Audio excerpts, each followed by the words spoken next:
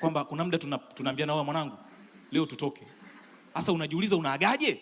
Sisi tulikuwa obviously unataja tu game, unafika unaambia wife, "Oh, baby, leo kuna game ya Man City na Arsenal." Basi usichelewe, sawa? Sijui. Siku hizi wanawake wanafuatilia mpira. Unaenda kuaga kwamba baby, leo kuna game ya Man City na Arsenal. Anakuuliza, "Kwani ligi gani?" Kwa sababu kwenye Carabao Man City katolewa. Ukija kwenye FA bado hawajakutana.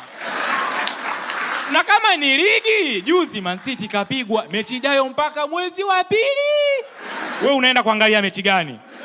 Sasa hapo wewe kama mimi ndo unasema, itakuwa nilichanganya. Ndio nilikuwa nawaza, leo kuna game kweli?